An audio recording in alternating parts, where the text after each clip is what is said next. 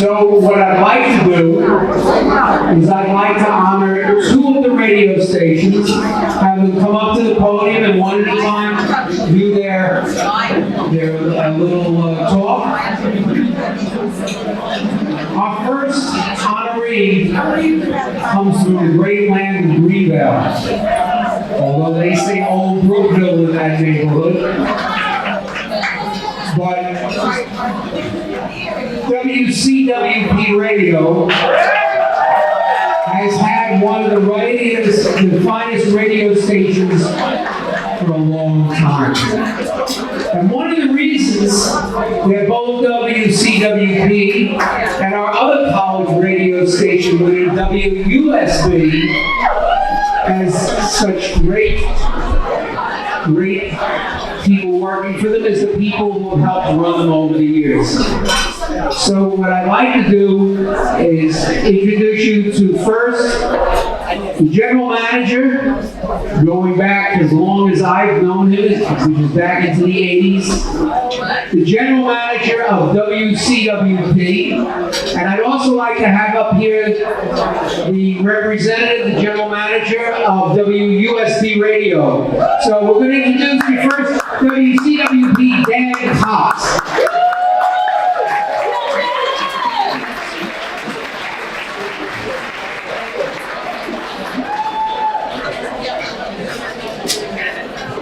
Thank you, Rich. I want to thank the Long Island Music Business Organization and, of course, Good Times Magazine and my friend Rich for this incredible honor. I get a little misty when I talk about college radio. I walked into WCWP when I was 19 years old. And Folks, do we please have attention? And with the exception of about 10 or 12 years, I spent my entire career working with young people on the college level. I have 4 of those young people back there at my table. They have classes tomorrow, so you gotta be going.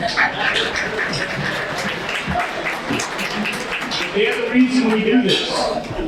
When college radio first came into its own in the 1960s, it was because young people wanted their own voice. They wanted to play the music that they wanted to hear, and they wanted to hear it on the radio from people that knew what they were talking about.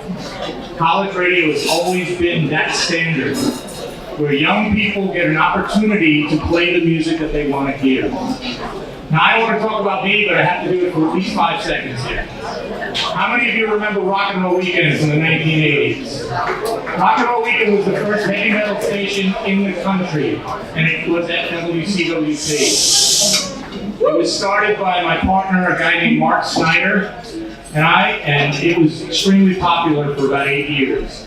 One of my proudest moments of that time was a thing we did on the radio called the Rock Exchange.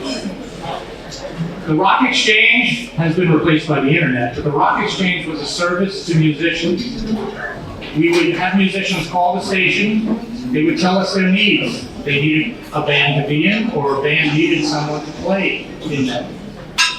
And we would read them on the radio and say, a band needs a bassist, or a band needs a lead singer, or this bassist needs a band.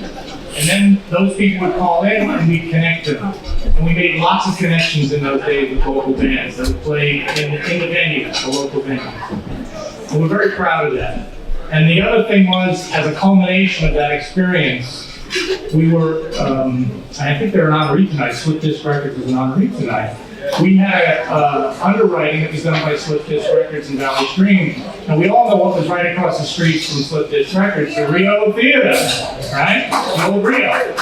And one night we rented the Rio out, and all we did for 4 hours was play local bands that had no exposure whatsoever to a group of a few hundred kids who really loved our radio station. To me, that's one of the proudest moments of my young life. Some of my proudest moments of my older life is those 4 students back at that table. The more students we can get in, the more students we can get to understand the music business as it is today, the more students we get in that play the music that they want to hear, just like those kids who showed up in the 1960s when radio stations at colleges were first being developed. That's what has to continue. Radio stations at universities are safe spaces for creative people to do great things. And it's been my privilege for the last 25 years to do that at WCWP and for the last 40 years as a member of that station. What I'd like to say, thank you.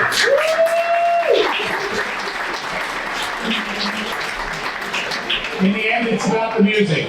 And use your ears, not your meditative, not your metrics, not your lists. Go back to a time where a radio station received a vinyl album and you listened to it and you said, that's a good song. I'm going to play that on the radio.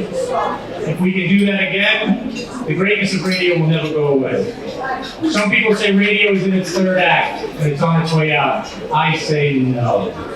I say with the support of people like you and the support of the music community, especially here on Long Island, but let's remember, in the 70s and 80s, if you wanted to make it in the music industry, you had to go through Long Island.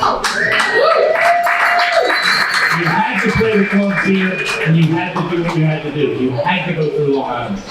Long Island still has that great power and that great expertise because of people like Rich, Good Times Magazine, and the college radio circuit. People like, no, I'm not going to name a bunch of names. I can name names all night, like Norm Preston, who's going to be up next. One of the things I really appreciate is the fact that on this board here, I noticed from the early 1980s a picture of WCWP when we did something we do as often as possible, and that's a community food drive. And there were bands in that picture in front of a bunch of food that we had collected for this time of year, Thanksgiving. So to all of you, I wish you all a terrific holiday season. I appreciate you all being here and support college and university non-commercial public radio. Please.